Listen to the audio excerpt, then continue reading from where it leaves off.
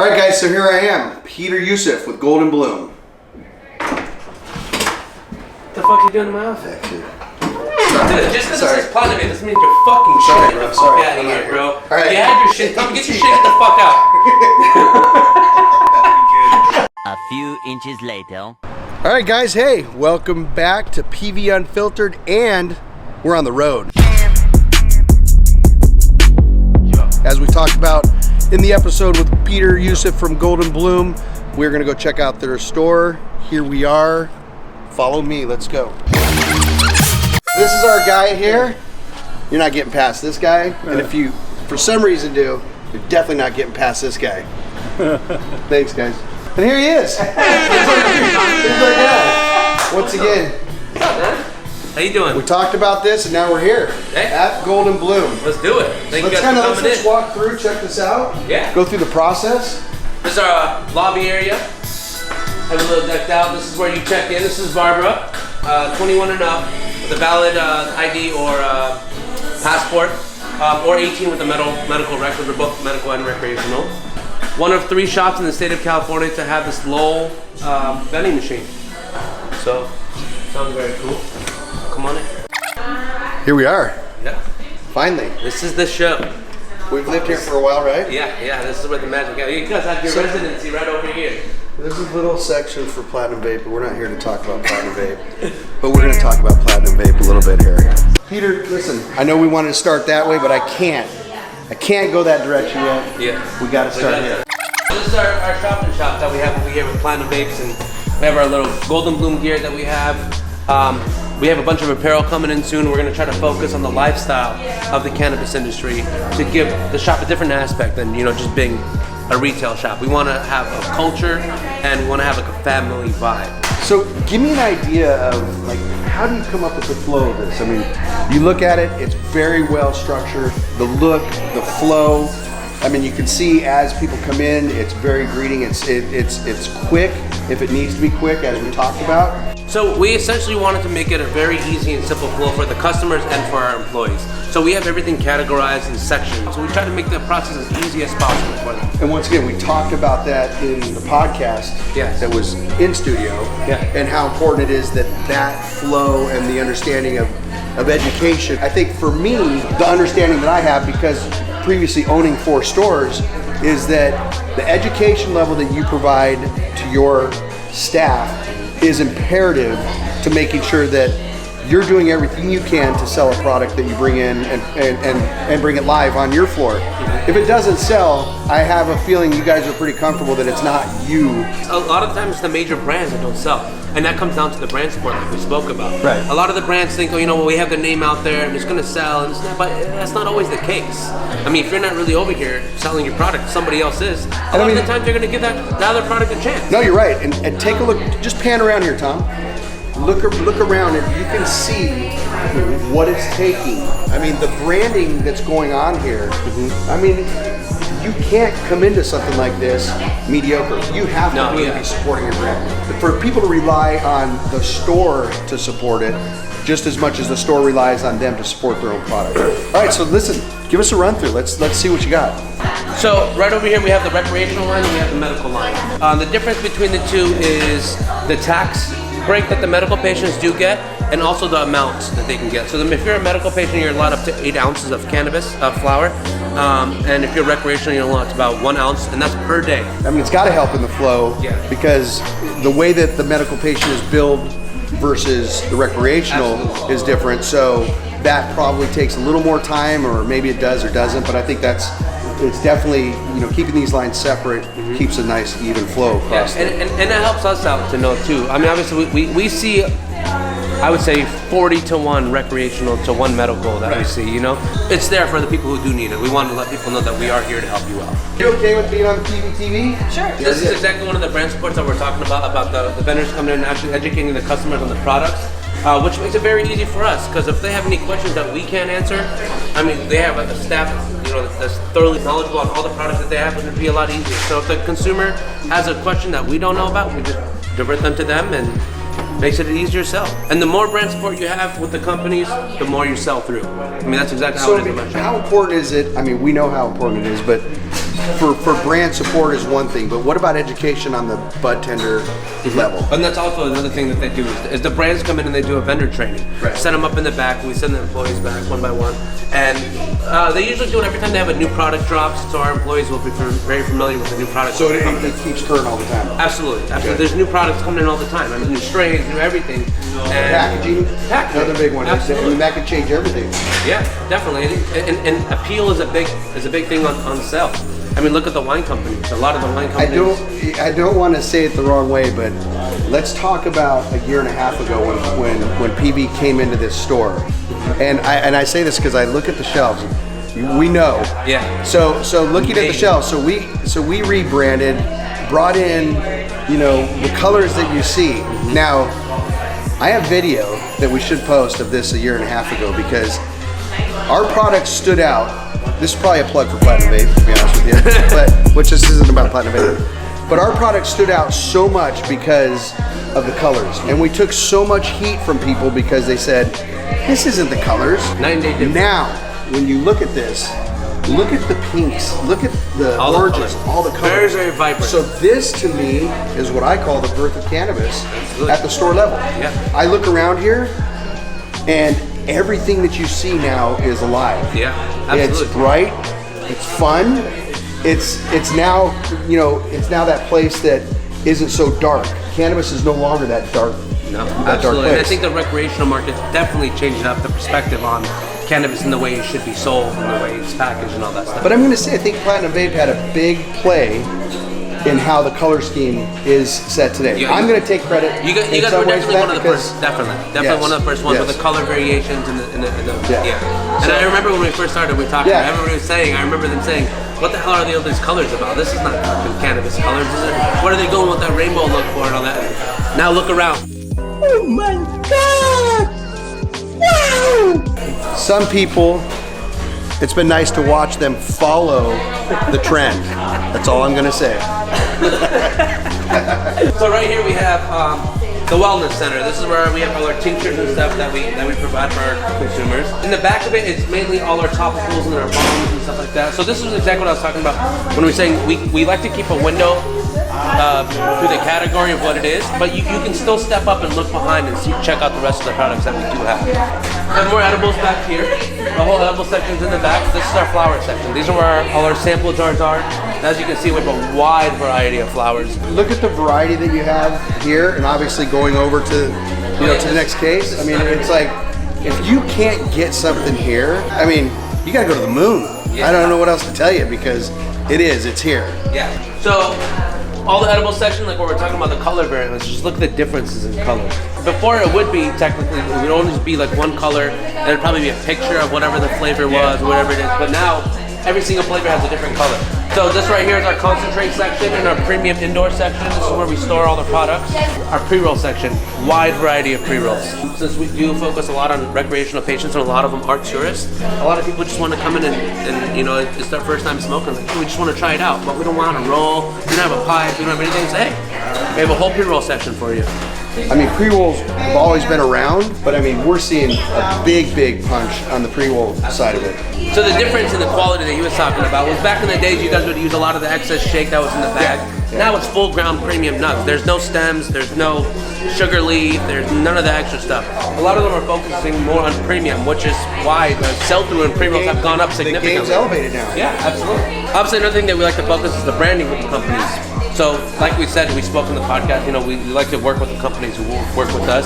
So if you take a look around, all the different light boxes are all the different companies that choose to do sponsorships with us, and we do a lot of collabs together. Yeah, so here we are. We've gone through the store. We've gone through everything that we really believe is what's true to Goldn Bloom. But let's talk a little bit more about where everything's at with these products. Let's talk about, first of all, what do you think the percentage, or what are you seeing the percentage of flower versus concentrates and edibles? Is flower still alive and well? Flower is still #1 selling products that we have in our shop. Concentrates took a big dip the last 3 months because of the whole vape, BS that was going on and the misleading fact that that everybody was saying that they were causing cancer and they were causing people to die, but it's definitely shot up back up. Right. I would say percentage-wise, I'd probably say flower's still about maybe 40%. I would say 30%. But keep in mind, that's still a huge number. Oh yeah. 40%. When you look at the fact that, originally coming from pretty much just flower is where it all started. Oh yeah. And being 100%. And, when you say, it's 40% of sales. Okay, yeah, it is 40% of sales.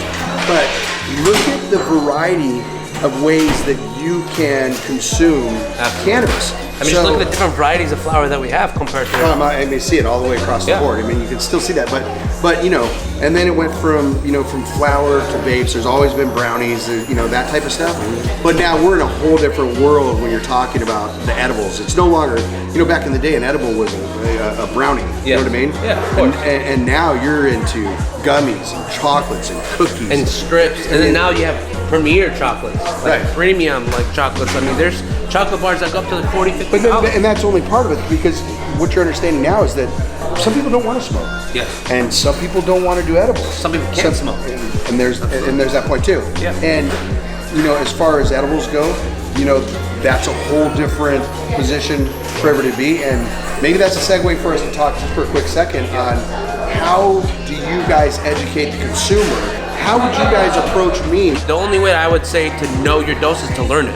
And I would start off with 2.5 milligrams and work your way up from there. And we do have those 5 milligram pieces. So we do have patients come up to us all the time and say, hey, I tried 5 milligrams, it was great, but I think I want to go to the next step. What do you prefer? Like, hey, we have these 5 milligram options, or we have 10 milligram options. So you can either take all 10 milligrams and dose it up, or you can take another half of a 5, or you can take a 5 milligram chocolate bar and a 2.5 milligram mint. And now we go into the medical side of this, which obviously that trails to be super important on the education of the bud tenders that are helping everybody.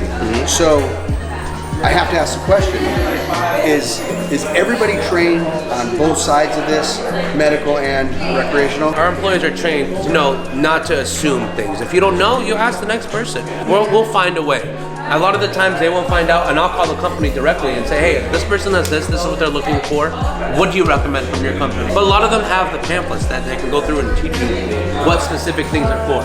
And a lot of the companies now are making specific tinctures and formulas for certain things. Right. You know what I mean? There's a lot for sleep, there's a lot for epilepsy. Isn't it crazy? It used to be a tincture was just a drop. Exactly. That was it. It was just something concentrated. It is concentrated, but it used to be just this. Now they're actually formulating things to go, what is it that you're trying to achieve out of this? And so it's, in a way, it's really kind of funny, because the medical side of this, you're like a Rite Aid. Yeah. You know what I mean? Pretty much. People come in here, and that's what we have all been trying to achieve, is a safe place for somebody to come and get things that they need that make them feel better, and for their ailment, whatever it is. And trust me, there's everything you can think of to take care of a lot of these problems. Education is huge, which obviously you guys are covering that in every way, for somebody to feel comfortable coming in here.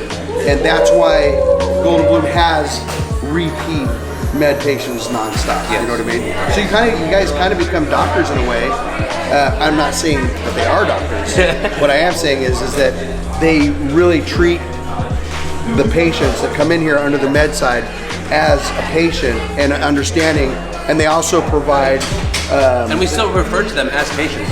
I mean, a customer is just such a bland thing. Over here, we're like to help with your needs. Right. So it's not just coming in and buying a pack of cigarettes and leaving. That's a customer. Over here, we want to help you find exactly what you need. Right. So it allows you to spend more time. Absolutely. And so understanding that if you have somebody comes in for med, you know that chances are, unless they already know directly what they're going to get, that they're going to spend some more time, get them familiar with everything that's there, and maybe maybe even as a med patient, they are not towards the tincture side. Yeah. Maybe it's really just understanding dosing and whatnot. So that's that's really big. My next question is what about deliveries? Are you guys on that front? We're on the process of doing that. Since we spoke last time, we're meeting with new people. I would like to bring in a good conglomerate of people who know the delivery industry. Right. I don't want to just half-ass it, like I said, and just go do it ourselves and operate it ourselves and not know. If I want to do it, I want to do it precise. So if it is something that's coming out, definitely. we're going to see it. Definitely. It's okay. Coming. Yes. I'm not going to hold you to timeline. No. But it's going to happen. It's definitely we're going to be revisiting. We need it just as much as you want. Well, I mean, I think that's, you know, when you talk about that, it is an aspect of something that especially med patients, and especially from us coming from a delivery background, understanding there are people that don't want to go to a store, can't go to a store, physically can't get to a store. You know, I mean, there's a lot of those things. So I think that well rounds where you're at. Not holding, you know, anything against you, knowing that it's on the forefront is huge, because if you can't do it right, don't do it at all. Exactly. That's the biggest part of it. You don't want to start a delivery service that isn't the way that you want it and need it to be. Absolutely. So, yeah. So this is what we do in the back scene of Goldn Bloom. This is espresso. The fuel. I don't know how many people have an office like this, but get a good look at this.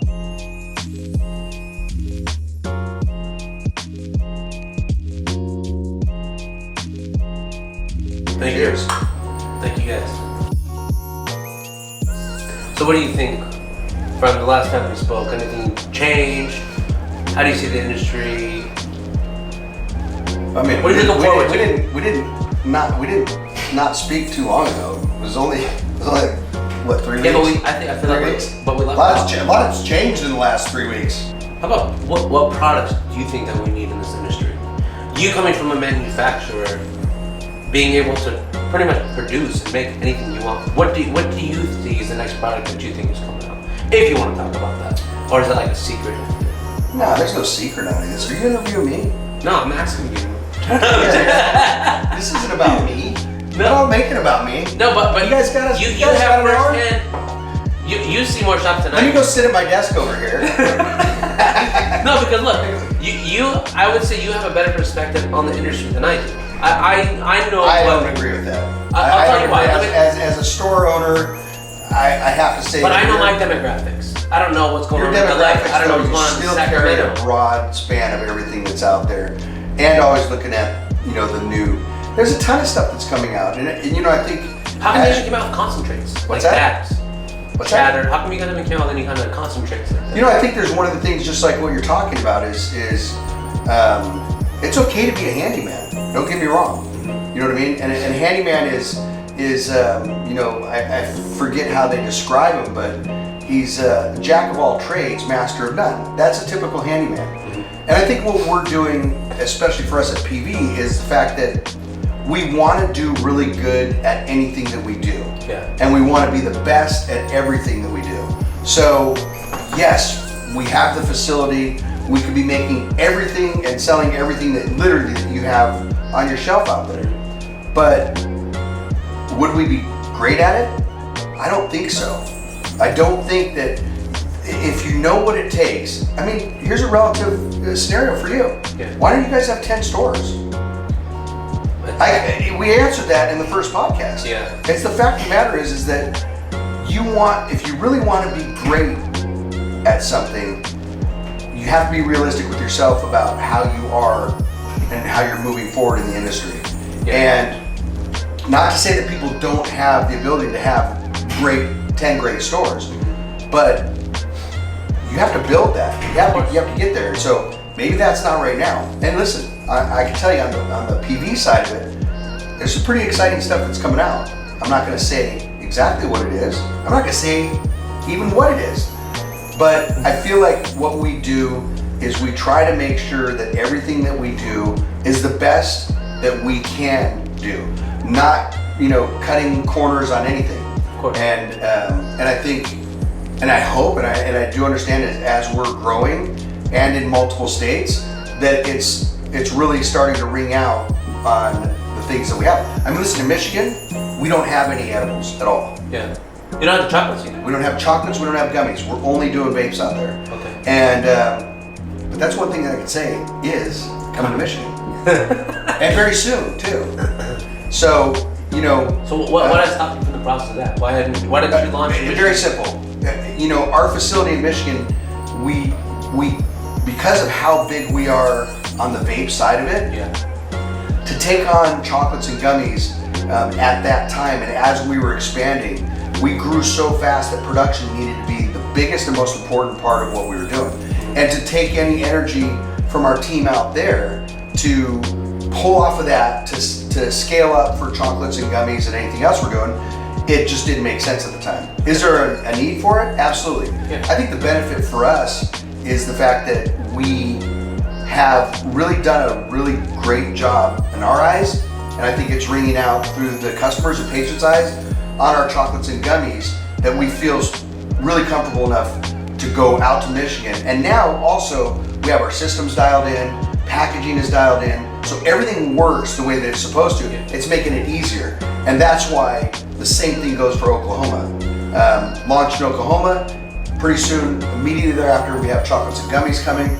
So I think for us that was the right path. Yeah, and also the good thing. I mean, I agree with you 100%. The good thing about you guys being in multiple states is that you guys have the avenue to try out certain products in certain states and see if they succeed. Yeah. Because a lot of other states are going off of what California does. Yeah. So if you know that your chocolates are fucking phenomenal sellers here. I mean, they're one of our best chocolate sellers, hands down. Right. You know that since you perfected the formula and the product here, you know it'll be a success in another state. See what I mean? Which is so you just answered that question. Yeah. So I didn't think about that. And in the same sense, we talked about this in the first podcast. If you haven't seen it, you got to go watch it. It's actually pretty cool. But the understanding is my question to you was, what's in the future of stores? And I think it was pretty clear on your part. Like, look, we are going to grow. We are going to go into more stores. But reality is that you guys have a system here, and to duplicate that system, you have to actually transplant some of your people from here into those other locations. Yeah. And is it worth it? I mean, once you build to the point that you feel comfortable enough to be able to do that, yes. Definitely. But it's not that easy. I mean, you take the staff and everybody that you have here and duplicate that in another store. It takes time. And I think that will be coming down the road.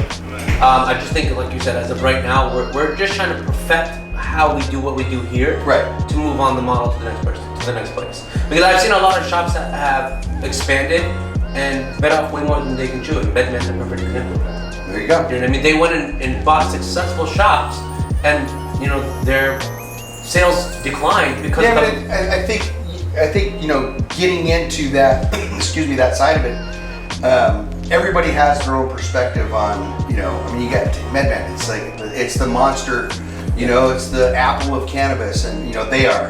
And I think if you really look and you're diving deep, not listening to what everybody is saying, and you're really paying attention, I really believe that what you're seeing is a product of what is going on in the cannabis world. So much financial stuff that's involved in all this that's way more than we want to talk about. But the fact of the matter is, I really think they've done a great job of turning things around. And I think with the direction that they're going, we're part of MedMen as well. I think they have it, and so. But it is a great example of what happens when you expand at those type of levels, and that's not just MedMen.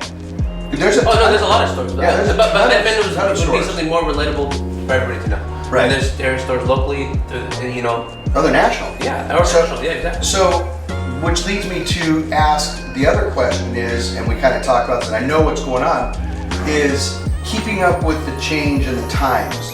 So, you guys have something coming up here where you're doing a full remodel, right? Yeah. We're gonna do a little revamp, a little facelift. Okay, facelift, however you want to put it. Why? Because like we spoke about in the last podcast, when we first originally opened up back in 2017, we were the standard of what a shop should look like. Right. And since then, there's been multiple shops that have opened up that have raised the expectation of the bar level. Yep. You know what I mean? And we feel like we want to be at that level where people see we want to be like Goldn Bloom. Or we want to have that same aesthetic. It's always. You always want to be the best. You don't want to call it keeping up with the Jones, but that's exactly what it is. In this industry, you can have a beautiful store. Absolutely. And it doesn't do anything if you don't have the service. Yes. And 100%. You can have great service, and that gets you a long ways. but you still have to provide an environment that people really want to go to. Yeah. You want that store that people go, oh, you need to go to this store. You need to go, and that's what Goldn Bloom has here, is that people want to bring to see the store and the selection. There's a lot of things that everything seems to fit really well. We sell the experience. Exactly. It's the experience that you want. Yeah. Absolutely. So. I agree with you 100%. All right, guys, well, listen, this is the end of this one, but the beginning of a lot more to come. Peter, Yousif, once again. Thank you, George. My brother, thank you so much. Always a pleasure. Thank you guys for letting me We got a be lot part more of it. coming on this, but I hope everybody enjoyed the tour. You get a chance, come down here and do it up. Come check us out. PV out.